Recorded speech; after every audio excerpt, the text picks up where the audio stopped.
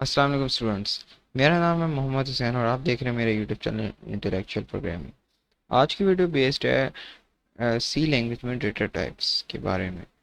जैसे कि मैंने आपको पिछली वीडियो में बताया था कि वेरिएबल्स के बारे में, तो आज हम उन्हीं वेरिएबल्स को जो वैल्यू असाइन होती है वो किस नेचर की वैल्यू होती है उसी उसके अकॉर्डिंग ही हम डेटा टाइप असाइन करते हैं। तो आज मैं आपको इस वीडियो में ये बताऊंगा। तो चलिए शुरू करते हैं।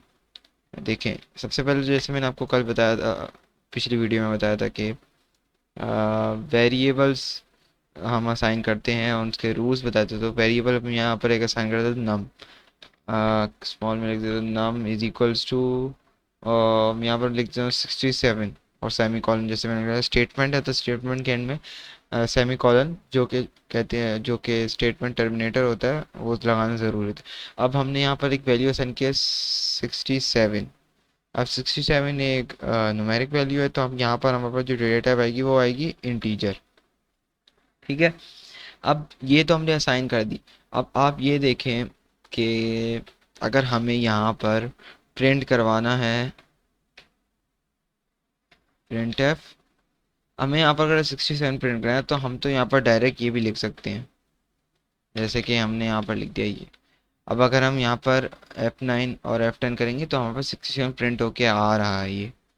लेकिन अगर हमें जो हमारे पास एक वेरिएबल में जो स्टोर वैल्यू, अगर हमने उसको अब हमें प्रिंट करवाना है, तो अब इसके लिए तरीका देख ले क्या होता है।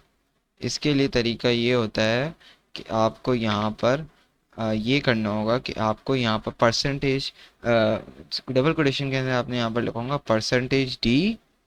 ठीक है। और ये मैं आपको बताता हूँ परसेंटेज डी क्या होता है, पहले मैं लिख लूँ। और कॉमा यहाँ पर डबल कोटेशन के बाद, और यहाँ पर उस वेरिएबल का नाम आता है जिसकी वैल्यू आपने प्रिंट करनी है। ठीक है। अब यहाँ पर जो ये नम है, ठीक है, ये आप यहाँ पर लिखेंगे। तो इस तरह आप अब देखें ये प्रिंट एफ स्टेटमेंट में क्या हो रहा है, ये भी मैं आपको समझा देता हूँ कि हमने यहाँ पर जैसे कि हम यहाँ पर डबल कोटेशन के अंदर वो सब कुछ लिखते थे जो हमें आउटपुट स्क्रीन पे प्रिंट होके दिखाना होता था, प्रिंट होके चाहिए होता था हमें वहाँ पर। तो अब यहाँ पर हम इसकी जगह लिख रहे हैं परसेंटेज डी, और यहाँ पर डबल कोटेशन के बाहर यहाँ हमने कॉमा लगाया, कॉमा के बाद हम वेरिएबल का नाम लगाए। तो अब ये क्या कर रहा है, ये अब प्रिंट करेगा किसको, जो नम की वैल्यू है। हमने यहाँ पर ये जो परसेंटेज लिखे हैं इसे कहते हैं हम फॉर्मेट स्पेसिफायर। क्या कहते हैं, हम इसे कहते हैं फॉर्मेट स्पेसिफायर। ओहो, फॉर्मेट स्पेसिफायर। ठीक है। फॉर्मेट स्पेसिफायर क्या होता है, फॉर्मेट स्पेसिफायर आपको एक पाथ देता है जो कि आपको आपकी वैल्यू तक लेकर जाता है, जो आपकी मतलब कि जिस उस वेरिएबल लेकर अब ये यहाँ पर क्या हो रहा है, ये जो फॉर्मेट स्पेसिफायर परसेंटेज ये आपको एक पाथ दे रहा है। वो आपको कहाँ लेकर जाता है, आपको उस वेरिएबल के पास लेकर जाता है, और जो कि वेरिएबल आपने डिफाइन ऊपर किया, इनिशियलाइज किया हुआ। और यहाँ से क्या हो रहा है, अब नम के पास ऊपर देखें, यहाँ पर जो वैल्यू है, यहाँ पर नम को जो असाइन है वेरिएबल 67। तो अब क्या होगा, यहाँ परसेंटेज डी की जगह वो वैल्यू प्रिंट होगी जो यहाँ ऊपर दी गई है 67। ठीक है। मैं आपको फिर से बता दूं कि परसेंटेज डी क्या करते हैं, वो आपको एक पाथ देता है जो कि आपने यहाँ पर कॉमा के आगे यहाँ पर एक वेरिएबल दिए तो वहाँ तक का परसेंटेज डी से आपके वो देखेगा कि भाई आपके कॉमा के पास जो वेरिएबल फर्स्ट वेरिएबल दिया हुआ है वो कौन सा है। वो आपने उसने उसने देखा कि यहाँ पर नम दिया है, तो नम क्या करेगा, नम नम के पास जो वैल्यू होगी 67, वो यहाँ परसेंटेज डी के पास असाइन हो जाएगी। ठीक है। परसेंटेज, और हम यहाँ पर परसेंटेज डी ही क्यों लगाए, अब देखें जो परसेंटेज है ना, परसेंटेज तो फॉर्मेट स्पेसिफायर का रूल है, वो आता ही आता है। इसके अलावा इसके साथ आपके पास एक अल्फ़ाबेट आता है। ठीक है, अल्फ़ाबेट कैरेक्टर आता है। वो आपको देखना होता है वो आपकी कौन सी डेटा टाइप है। ठीक है, ये डेटा टाइप कौन सी आपकी, उसके अकॉर्डिंग आपके यहाँ पर कैरेक्टर अल्फ़ाबेट आता है। अब यहाँ पर आपके पास इंटीजर डेटा टाइप थी तो आपके यहाँ पर डी आया, परसेंटेज डी। अब मैं आपको और भी आएंगे फॉर्मेट स्पेसिफायर आगे, वो मैं आपको बताता चलूँगा कि और कौन से आते हैं। ठीक है। तो यहाँ पर हमने परसेंटेज डी है, परसेंटेज डी हमने इसलिए यहाँ पर लगाया। अब जैसे कि अब मैं आपको और बताता हूँ, अब जैसे कि आपने यहाँ पर एक मैंने आपको बताया किस किस तरह आपने ये न्यूमेरिक वैल्यू के लिए आपने इंटीजर डेटा टाइप लिखनी है और इसको प्रिंट करना है। अब इसके अलावा जैसे कि अब मैं आपको यहाँ पर बताऊँ कि आपके पास एक होती है फ्लोट डेटा टाइप, ये भी एक डेटा टाइप है, ठीक है। तो अब आपने फ्लोट के लिए, अब यहाँ पर जैसे लिखता हूँ पॉइंटिंग वैल्यू, पॉइंटिंग वैल्यू। अब यहाँ पर फ्लोट क्या करता है, फ्लोट आपको कोई भी ऐसी वैल्यू असाइन आपको मतलब फ्लोट ऐसी वैल्यू को रिप्रेजेंट करता है जो कि आपके पास पॉइंट में हो, डेसिमल में हो, ठीक है। तो अब यहाँ पर जैसे कि मैं यहाँ देखता हूँ 2.5, तो यहाँ पर इसको इनिशियलाइज करना सही रहेगा, क्योंकि यहाँ पर हम फ्लोट डेटा टाइप यूज़ कर रहे हैं और फ्लोट रिप्रेजेंट नहीं करता है पॉइंटिंग वैल्यू को, डेसिमल वैल्यूज़ को, ठीक है। तो अब यहाँ पर अगर आपको कोई ऐसी डेसिमल वैल्यू आपको अगर असाइन करनी है तो आपको फ्लोट डेटा टाइप यूज़ करनी होगी। अब फ्लोट डेटा टाइप को आपको किस तरह प्रिंट करना है, आपको प्रिंट करना होगा इस तरह। अब यहाँ पर आपने फॉर्मेट स्पेसिफायर के लिए जैसे परसेंटेज तो लगानी है, यहाँ पर आ जाएगा परसेंटेज एफ, ठीक है। परसेंटेज एफ कॉमा, यहाँ पर जैसे मैंने अब जहाँ जो भी वेरिएबल का नाम होगा, वो जो वैल्यू वहाँ से आ रही होगी वो वेरिएबल का नाम होगा पॉइंटिंग वैल्यू, ठीक है, पॉइंटिंग वैल्यू, और यहाँ पर सेमीकोलन। तो अब इस तरह परसेंटेज एफ आपको ये एक पाथ देगा वैल्यू का, जो आपको लेकर जाएगा आपके वेरिएबल के पास जो कॉमा के बाद हम लिखते हैं, ठीक है। और इसको जो वैल्यू वैल्यू असाइन है वो है 2.5, तो 2.5 यहाँ पर प्रिंट हो जाएगा फॉर्मेट स्पेसिफायर की जगह। अब यहाँ पर मैं आपको प्रिंट करके तो दिखा दूँ, मैंने आपको प्रिंट करके नहीं दिखाया। F9 और F10 जब आप देंगे तो देखें यहाँ पर ये 62 67 पहले आ रही। मैं आपको एक मिनट, ये ज़रा इसको मैंने आपको बताया था कि अगर देखें यहाँ पर क्या हो रहा था, मैं आपको फिर से एक मिनट दिखा दूँ कि यहाँ पर क्या होता है 67 ये वाली वैल्यू, ठीक है, और 2.5000 ये दोनों एक साथ आ रही। लेकिन मैंने आपको बताया था कि फॉर्मेट स्पेसिफाई स्केप सीक्वेंस के बारे में। तो स्केप सीक्वेंस से क्या होता है, आपके पास जो वैल्यू है वो दूसरी वैल्यू नीचे चले, अब यहाँ अगर आप यहाँ पर बैक स्लैश एन लगा देंगे तो क्या होगा कि दूसरी वैल्यू जो है वो नीचे न्यू लाइन में प्रिंट होगी। तो अब यहाँ पर क्या होगा 67 पहले इसकी जगह प्रिंट होगा परसेंटेज डी की जगह, ठीक है, परसेंटेज डी की जगह 67 प्रिंट होगा। उसके बाद यहाँ पर लगा हुआ है बैक स्लैश एन, मतलब कि न्यू लाइन पे जाओ, तो कर्सर जो है आपका, ठीक है, वो चल जाएगा न्यू लाइन पे। और न्यू लाइन पे जाके फिर आपके पास दूसरा जो काम हुआ वो ये क्या हुआ हुआ वो प्रिंट हुआ हुआ है ये परसेंटेज एफ वाली वैल्यू, तो वो 2.5 है, तो 2.5 यहाँ प्रिंट हो जाएगी, ठीक है।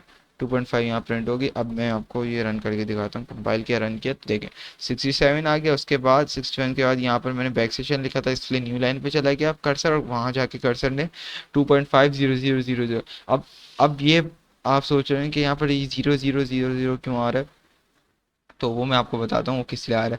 यहाँ तो आपने लिखा था 2.5, लेकिन यहाँ पर आपने कुछ उसको कोई आपने एक ना लिमिट नहीं दी कि आपने पॉइंट के बाद कितनी वैल्यूज तक लें, तो वो डिफ़ॉल्ट पे आपको वो कितने देखें कितनी वैल्यूज दे देगा पॉइंट के बाद। एक तो आपने दी हुई थी और बाकी कितने हो गए 1 2 3 4 5, तो टोटल 5 को मिला के 6। तो 6 पॉइंट के बाद वो 6 वैल्यूज जो है ना 6 नंबर्स वो प्रिंट कर देगा, ठीक है। तो और जो 5 था 5 के बाद कोई हमने यहाँ पर लिमिट नहीं दी, मैं आपको बताऊँ लिमिट किस तरह देते हैं। लेकिन जो 5 के बाद उसने 5 जीरो और प्रिंट कर दिए, क्योंकि वो डिफ़ॉल्ट हमने यहाँ पर फॉर्मेट स्पेसिफायर जो हमने दिया हुआ था उस वजह से। अब अगर आप यहाँ पर परसेंटेज और एफ इन दोनों के दरमियान अगर आप 0.2 लिख देंगे, ये पॉइंट जो है अभी पहले 1 लिखे 0.1 लिखेंगे, तो क्या करेगा ये आपको पॉइंट, जैसे कि आपने ये वाला जो पॉइंट है ना, ये वाला पॉइंट, इसके बाद जो एक वैल्यू होगी ना सिंगल वैल्यू, सिर्फ वो प्रिंट करके देगा, ठीक है। 1 क्योंकि हमने यहाँ पर 1 लिखे, पॉइंट और 1 ये लिखना होता है, ये आपको याद रखना पड़ेगा कि आपने क्या लिखना है। आपने परसेंटेज और एफ इन दोनों के दरम्यान यहाँ पर आपने लिखना पॉइंट, और पॉइंट के साथ जितनी वैल्यूज आपने आगे प्रिंट करा। अब यहाँ पर तो वैसे तो एक ही थी, तो हमने यहाँ पर 1 लिखा है ना, तो अब जब हम इसको रन करेंगे तो यहाँ पर 0.5 ही आ रहा है, ठीक है। लेकिन अगर आपको यहाँ पर अगर आप इसकी यहाँ पर 2 लिख देंगे ना, देखना अब क्या होगा, अब क्या होगा यहाँ पर 5 तो आएगा क्योंकि आपने 2 लिख दिया ना, पॉइंट के बाद 2 लिखा है, तो एक तो 5 आ जाएगा और दूसरा डिफ़ॉल्ट में 0 आ जाएगा। देखें, ये 0 आ गया। ठीक है, तो इस तरह ये आपके पास काम करेगा। आप जितने ज़्यादा डिजिट्स बढ़ा देंगे उतने ज़्यादा आपके पास ज़ीरो आते जाएंगे। ठीक है, 7 वैल्यूज़ यहाँ पर। ठीक है, आप ये आपके ऊपर है, आपने 5 दे दें कितनी दे दें, आपके पास उतने ही डिफ़ॉल्ट में ज़ीरो आते जाएंगे। तो अब यहाँ पर फ़िलहाल हम 1 ही लिखते हैं क्योंकि हमारा 1 थी, 1 वैल्यू है। ठीक है, तो ये हो गई हमारे पास इंटीजर और फ्लोट। फ्लोट के लिए भी मैंने आपको बता दिया कि यहाँ पर अगर आपको जितनी आपको अगर लिमिट रखनी है पॉइंट की, कितनी वैल्यूज आपको प्रिंट करवानी, कितने नंबर प्रिंट, तो आप यहाँ पर परसेंटेज और एफ के दरमियान यहाँ पर आप लिखेंगे पॉइंट और आगे जितने आपने वैल्यू प्रिंट करनी है पॉइंट के बाद नंबर प्रिंट कराना। ठीक है, तो आपने 1 लिखे रहेंगे। अब आपको मैं तीसरी एक और बताता हूँ। यहाँ पर एक और हमारे पास है, अगर आपको आपने एक वेरिएबल लगाया नेम का नहीं, आप बना लें कोई कैरेक्टर का ना। ठीक है, हमने यहाँ लिखा कैरेक्टर, ये एक मैंने इसको, ये वेरिएबल है। ठीक है, ये कोई डेटा टाइप नहीं है, ये एक वेरिएबल है कैरेक्टर। अब इसको अगर आपने यहाँ पर अगर यहाँ पर आप क्या करेंगे, यहाँ पर आपको असाइन करना हो कोई सा भी एक कैरेक्टर। कैरेक्टर क्या हो सकता है, कैरेक्टर आपके पास कोई भी सिंगल एक कैरेक्टर हो सकता है। जी हो गया, ठीक है, 4 भी एक कैरेक्टर हो सकता है, के भी एक कैरेक्टर हो सकता है, एल भी एक कैरेक्टर हो सकता है, ये एक्सक्लेमेशन मार्क भी एक कैरेक्टर हो सकता है, और वी भी एक कैरेक्टर है। कोई भी एक कैरेक्टर ये हो सकता है, लेकिन आपको इसको असाइन किस तरह करना है, इजी को सिर्फ आपके पास यहाँ पर आपको सिंगल कोटेशन डालने। सिंगल कोटेशन के अंदर आपने कोई सा भी कैरेक्टर लिखना है। जैसे कि मैं यहाँ पर के लिख देता हूँ। ठीक है, और एंड में स्टेटमेंट का टर्मिनेटर यहाँ पर सेमीकोलन जरूर लगाना। अब आपको ये आपको प्रिंट करना है, तो आपको ये जो डेटा टाइप असाइन करेंगे वो होगी 4। ठीक है, ये हो गई आपको तीसरी डेटा टाइप, हमको बता दी 4। 4 एक डेटा टाइप है जो कि क्या रखती है, जो कि आपके वेरिएबल में स्टोर करती है एक सिंगल कैरेक्टर। ठीक है, कोई सा भी सिंगल कैरेक्टर हो सकता है। आपके जो भी वैल्यू हो सके, आप अल्फ़ाबेट भी यूज़ कर सकते हैं सिंगल कैरेक्टर में, आप कोई नंबर भी यूज़ कर सकते हैं, आप कोई स्पेशल कैरेक्टर या सिंबल भी आप यूज़ कर सकते हैं। तो मैंने यहाँ पर के यूज़ किया कैपिटल के। अब मैं इसको प्रिंट करूँगा, तो प्रिंट कैसे करूँगा, प्रिंट एफ परसेंटेज डी, और यहाँ पर सबसे पहले आपको मैं कॉमा करके बता दूँ, यहाँ पर आप क्या लिखेंगे, कैरेक्टर जो आपके वेरिएबल का नाम है जो आपने प्रिंट कराना है ये। और डबल कोटेशन में क्या आएगा, डबल कोटेशन में आपके पास आ जाएगा परसेंटेज सी। तो जैसे कि यहाँ पर एन था, सॉरी डी था इंटीजर के लिए, एफ था फ्लोट के लिए, पॉइंटिंग वैल्यूज़ के लिए, और यहाँ पर सी आएगा सिंगल कैरेक्टर के लिए। अब मैं यहाँ पर आपको प्रिंट करके दिखाता हूँ। तो ये आ गया हमारा के। अब ये के भी इसके साथ ही आ रहा है। ठीक है, तो मैं यहाँ पर आपको परसेंटेज, यहाँ पर बैक स्लैश एन लगा देते हैं। ओ सॉरी, यहाँ क्यों लगा रहा हूँ मैं, यहाँ लगाएंगे क्योंकि इसके बाद इस वाली वैल्यू के बाद ही यहाँ पर ये वाली वैल्यू प्रिंट होगी ना, इस वजह से यहाँ पर हमने लगाया। तो अब जब हम इसको प्रिंट करते हैं तो हमारा यहाँ पर के बिल्कुल सही तरीके से आ रहा है। ठीक है, तो ये था हमारा 4, सॉरी 4 की डेटा टाइप। ठीक है, तो इसके लिए हमारा फॉर्मेट वैसे यूज होता है परसेंटेज डी। अब आपको, अगर मैं आपको एक और चीज़ बताता चलूँ, फ्लोट में एक और चीज़ होती है कि अगर आपको कोई कोई आपको बहुत बड़ी पॉइंटिंग वैल्यू यूज़ करनी है, जैसे कि ये देखें पॉइंट के बहुत सारे डिजिट्स आ रहे हैं ना, तो आप यहाँ पर आप फ्लोट नहीं यूज़ करेंगे, आप यहाँ पर यूज़ करेंगे एक डेटा टाइप होती है डबल। ठीक है, डबल। अब डबल आपको यहाँ पर मैं यहाँ पर लिख देता हूँ जैसे डेसिमल मैंने एज अ वेरिएबल बना दिया, और इसको मैं वैल्यू असाइन कर दूंगा 46 पॉइंट। अब मैंने ये असाइन कर दी इसको वैल्यू ना। ठीक है, अब मैंने इसको ये वैल्यू असाइन कर दी है। तो ये अगर आपको कोई लार्ज डेसिमल वैल्यू आपको जो कोई स्टोर करानी होगी ना वेरिएबल, तो आप डबल की डेटा लिखेंगे ना कि फ्लोट। ठीक है, तो डबल आपने यहाँ पर लिखा क्योंकि वो आपको फिर बाद में मसला करेगी कि आपको प्रिंट नहीं करके देगी फ्लोट में अगर आप ऐसी वैल्यू लिख देंगे। यहाँ पर आप प्रिंट एफ लिखेंगे। ठीक है, और यहाँ पर आ जाएगा परसेंटेज। अब यहाँ पर इसके लिए फॉर्मेट स्पेसिफायर क्या आएगा, परसेंटेज, साथ में आ जाएगा यहाँ पर यहाँ पर आ जाएगा, यहाँ आ जाएगा एल एफ। ठीक है, एल एफ होता है डबल डेटा टाइप का फॉर्मेट स्पेसिफायर। ठीक है, एल एफ। तो एल एफ आपने यहाँ लिखा, और साथ में बैक स्लैश एन भी लिख देते हैं क्योंकि फिर आप नीचे यहाँ पर जो कैरेक्टर के लिए यहाँ पर के प्रिंट करें तो उसके लिए मसला ना करें। यहाँ पर क्या आएगा, कॉमा और फॉर्मेट स्पेसिफायर किसको कहाँ आपको मतलब कि पाथ लेकर जाएगा, पाथ देगा आपको वो वेरिएबल के लिए देगा। तो यहाँ वेरिएबल का नाम हो जाए, वेरिएबल का नाम क्या है, डेसिमल। तो हम यहाँ लिखेंगे डेसिमल और सेमीकोलन। तो अब यहाँ पर आपकी ये डबल की वैल्यू प्रिंट हो जाएगी। देखिए 456.78767868। तो इस तरह ये डबल की, अब जो ये चार जो होती है ना, ये आपके पास ये मेन आपकी जो है ये डेटा टाइप्स होती हैं, इंटीजर, फ्लोट, डबल और चार। ठीक है। अच्छा, एक और आपको मैं एक चीज़ और बता चलूँ। अब आपको अगर आपने यहाँ पर एक के तो लेटर प्रिंट कर दिया, के कैरेक्टर तो प्रिंट कर दिया, लेकिन अगर आपको एक पूरा नाम ही प्रिंट कराना हो, जैसे कि मेरा नाम लिख दें यहाँ पर, मोहम्मद हुसैन। ठीक है, अगर आपको यही प्रिंट करवाना हो आपको ऐसा वेरिएबल के ज़रिए, वेरिएबल जैसे कि हम वेरिएबल के थ्रू ही सब काम कर रहे हैं ना, यहाँ पर वेरिएबल को हम लोग यहाँ पर प्रिंट कराते हैं प्रिंट एफ की स्टेटमेंट में परसेंटेज फॉर्मेट स्पेसिफायर के ज़रिए। तो अगर आपको यहाँ पर ही कोई नाम पूरा प्रिंट करना है तो वो कैसे आप कराएंगे, वो उसके लिए भी एक फंक्शन होता है, एक आपको मतलब कि तरीका होता है, वो कोड होता है, वो आपको बताता हूँ। वो ऐसे कि आपके पास जो है ना कोई नाम पूरा प्रिंट करने के लिए कोई एक स्पेसिफिक डेटा टाइप नहीं है।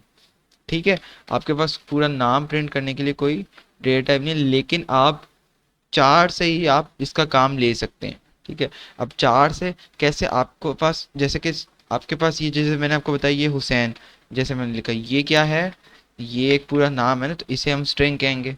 स्ट्रिंग क्या कहेंगे, स्ट्रिंग, हम इसे कहेंगे स्ट्रिंग। लेकिन इसको प्रिंट करने के लिए आपका कोई डेटा टाइप नहीं है, तो आप क्या करते हैं, आप यहाँ पर लिखते हैं चार।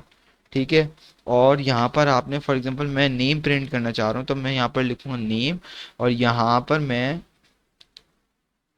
डालूंगा यहाँ पर स्क्वायर ब्रैकेट्स। ठीक है, ये मेरे पास स्क्वायर ब्रैकेट्स आ गए। स्क्वायर ब्रैकेट्स में अब मैं उतने ही इंडेक्स की अब देखें, ये जो स्क्वायर ब्रैकेट डाले ना, ये मैंने एक एरे बनाया है। ठीक है, ये मैं एक एरे बना रहा हूँ।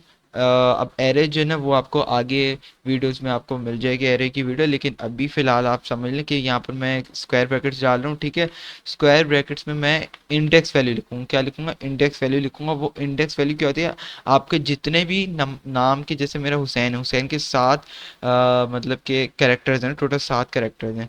तो अब मैं यहाँ पर 7 ही लिखूँ, जितने कैरेक्टर्स होंगे उतनी आप वैल्यू यहाँ पर लिखें, आपकी मर्ज़ी, आप ज़्यादा भी लिख सकते हैं, लेकिन जैसे कि मेरे 7 है तो मैं यहाँ पर 7 लिख के यहाँ पर लिख दूंगा इज इक्वल्स टू। और जैसे कि अब सारा काम वही जैसे कि आप यहाँ पर करते थे ना, इस तरह इसी तरह आपने ये करना है। बस आपने जैसे यहाँ करेक्टर के बाद आपने यहाँ पर कुछ ऐसा एरे नहीं बनाया, ये एरे, इसे एरे कहते हैं, लेकिन आपने यहाँ पर एरे कोई नहीं बनाया और ना इसके अंदर कोई एलिमेंट इंडेक्स वैल्यू आपने डिफाइन की। लेकिन आप यहाँ पर करें क्योंकि आपको अब एक स्ट्रिंग वैल्यू प्रिंट करनी, एक पूरा नाम प्रिंट करना, आपको सिंगल कैरेक्टर प्रिंट नहीं करना।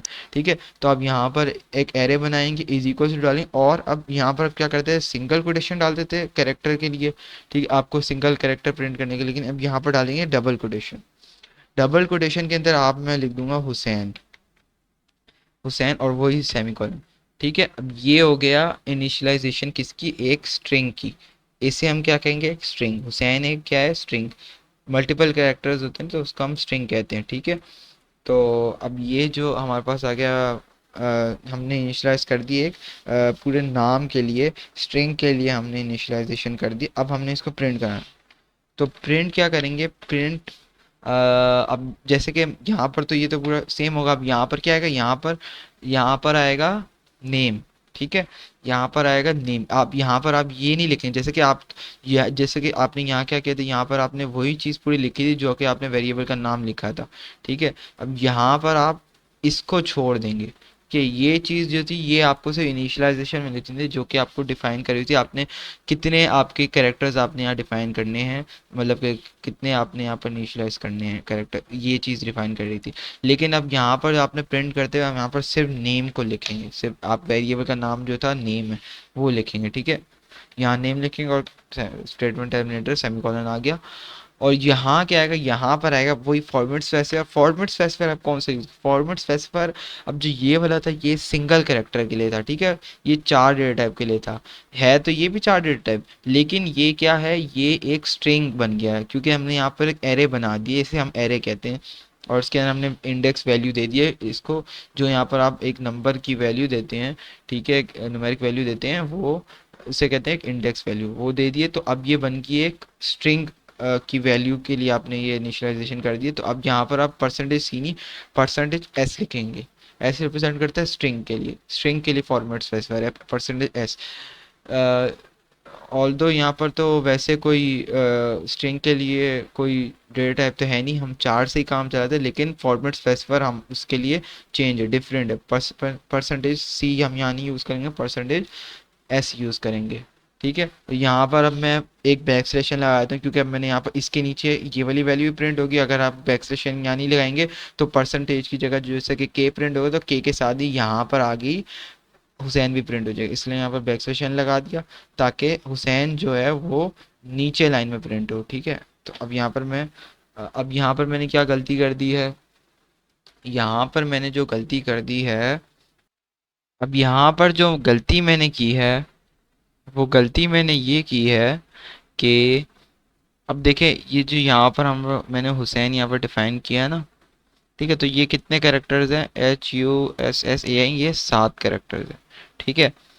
तो यहाँ पर मैं जो 7 ही लिख लूँगा। देखें अब मैं आपको ये थोड़ा सा एरे का भी कॉन्सेप्ट दे दूँ। एरे में क्या होता है, एरे के यहाँ पर जो इंडेक्स वैल्यू लिखते हैं ना, ये स्टार्ट, अब अगर आपने यहाँ पर 7 लिखे ना, तो ये इसका मतलब होगा कि आप यहाँ पर 8 वैल्यूज़ यहाँ पर लिख सकते हैं, ठीक है। क्यों, क्योंकि ये स्टार्ट होती है 0 से, 0 1 2 3 4 5 6 7, ठीक है, जाएगी तो 7 तक, लेकिन स्टार्ट ये कहाँ तक हो रही है, यहाँ कहाँ से हो रही है, 0 से, ठीक है। तो अब जब आप 0 को भी ऐसा कैरेक्टर यहाँ पर मतलब कि आप लेंगे, तो ये कितने कैरेक्टर बन जाएंगे, ये बन जाएंगे टोटल 8 कैरेक्टर। कितने कैरेक्टर बन जाएंगे, 8 कैरेक्टर्स, ठीक है। तो मतलब आप 8 कैरेक्टर्स की वैल्यू यहाँ पर ले रहे होते हैं, ठीक है। लेकिन अभी तो यहाँ पर फॉर एग्जांपल यहाँ पर 7 है, तो यहाँ पर हमने यहाँ पर 7 लिखा है, तो इसका मतलब आप 8 कैरेक्टर्स ले सकते हैं, ठीक है।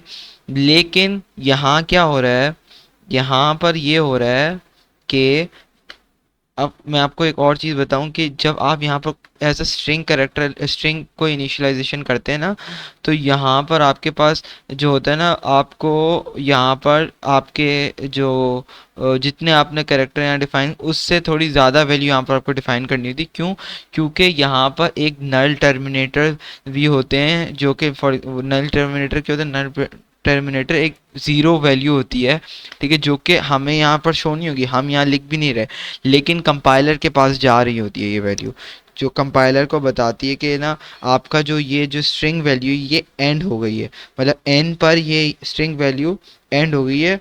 तो वो आपको कौन बताता है, वो आपको नल कैरेक्टर होता है, कंपाइलर ऐसे नहीं समझ सकता, ठीक है। इसलिए अगर आप यहाँ पर देखें 7 लिख के रन करते हैं ना, तो यहाँ नीचे वो बोल रहा है कि initializer string of or array of chars is too long, ठीक है। तो अब वो ये कह रहा है कि जो आपने स्ट्रिंग इनिशियलाइज किया है ना, उसमें जो आपके पास एरे की जो वैल्यू मतलब कि स्ट्रिंग की जो वैल्यू है, ठीक है, वो बहुत बड़ी है। क्यों, क्योंकि अब ये 7 आपने यहाँ पर तो डिफाइन कर दिया इंडेक्स वैल्यू, लेकिन वो भी आपके यहाँ पर जो नल मतलब 0 कैरेक्टर्स हैं, नल वैल्यूज़ हैं, उसको पूरा नहीं कर पा रहा, ठीक है।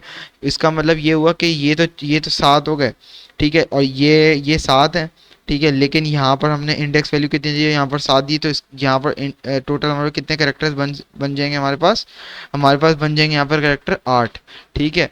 क्योंकि ज़ीरो भी काउंट होगा, तो 0 से लेकर 7 तक कितने कैरेक्टर्स बनते हैं, 8।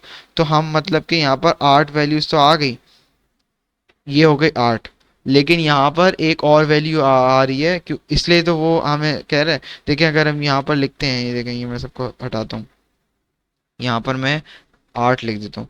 8 लिखने का मतलब क्या हुआ, यहाँ पर आप कितनी वैल्यूज आप ले रहे हैं, यहाँ ले रहे हैं आप 9, क्योंकि ज़ीरो भी काउंट हो रहा है। ठीक है, तो ज़ीरो से लेके 8 तक कितनी कैरेक्टर्स बन गए, 9, मतलब आप 9 कैरेक्टर्स यहाँ पर आप लिख सकते हैं। अब यहाँ पर मैंने कितने लिखे हैं, 7। तो अब मैं इसको जो कंपाइल करूँगा तो ये रन हो रहा है, ज़ीरो एरर दे रहा है। इसका मतलब ये हुआ कि कंपाइलर के आप पीछे दो नल टर्मिनेटर्स जा रहे हैं। ठीक है, दो नल जो कि कंपाइलर को जाके बता रहे हैं कि आप हम जो भाई जो यूज़र ने स्ट्रिंग की वैल्यू दी है वो एंड हो चुकी है। ये नल टर्मिनेटर ही बताते हैं यूज़र जाके कंपाइलर को कि स्ट्रिंग की वैल्यू एंड हो गई। तो इसका मतलब ये हुआ कि आपको यहाँ पर 8 लिखना होगा, जब जाके यहाँ पर आपका हुसैन जो 7 लफ्ज़ का जो डिजिट्स हैं वो 7 लफ्ज़ के जो कैरेक्टर्स हैं वो एक्सेप्ट होंगे एज ए इनिशियलाइजेशन में। ठीक है, तो अब यहाँ पर आपको ये तो लिखने की ज़रूरत नहीं, ये आप कंपाइल करेंगे तो रन होगा। ठीक है, अब आप यहाँ पर जब इसको ये करेंगे तो यहाँ पर हुसैन आएगा।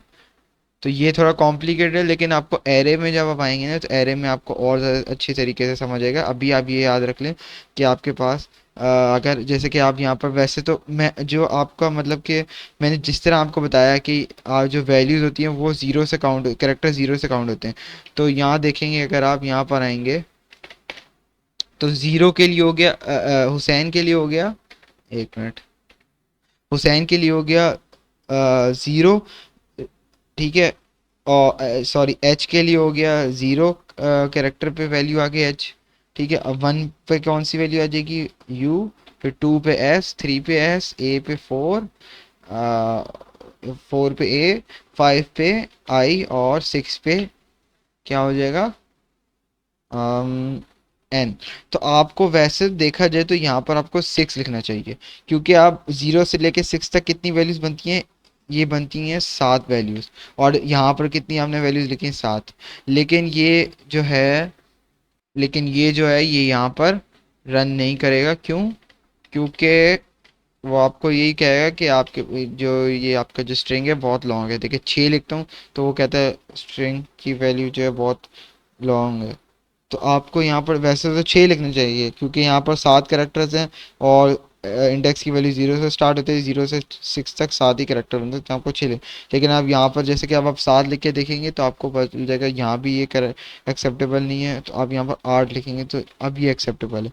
क्यों, क्योंकि यहाँ पर टोटल अब ये 8 है, इसका मतलब यहाँ पर 0 से लेकर 8 तक 9 कैरेक्टर्स आप यहाँ पर लिख सकते हैं। लेकिन जैसे कि यहाँ पर मैंने आपको बताया, दो आपको नल वैल्यूज जा रही हैं आपकी कंपाइलर के बाद, इस वजह से आपको यहाँ पर 8 लिखना पड़ना, वरना आप 6 भी लिखे तो ये काम चल सकता है। लेकिन अब ये कंपाइलर की वजह से ऐसा है, तो अब कंपाइलर के लिए भी हमें कंपाइलर की बात माननी पड़ेगी, तो आप यहाँ पर लिखेंगे 8 ही। ठीक है, वैसे आप नॉर्मली जब भी आप इस चीज़ पे फोकस नहीं करते, आप ये देखते हैं बस आपने अगर एक नाम लिखना है तो आप अंदाज़न 10 या फिर अंदाज़न आपने, अगर आपको बहुत बड़ा नाम आप तो आप 30 भी लिख सकते हैं। ठीक है, इससे कोई मसला नहीं हो, आप जितनी ज़्यादा वैल्यूज भी लिख देंगे ना तो वो एक्सेप्टेबल है, चाहे आपने छोटी वैल्यू, बस आपने क्या ध्यान रखना है, आप ऐसी कोई वैल्यू ना रखें कि आप बड़ी वैल्यू इतनी बड़ी लिख दें लेकिन आपके पास इंडेक्स की वैल्यू उतनी ज़्यादा ना हो।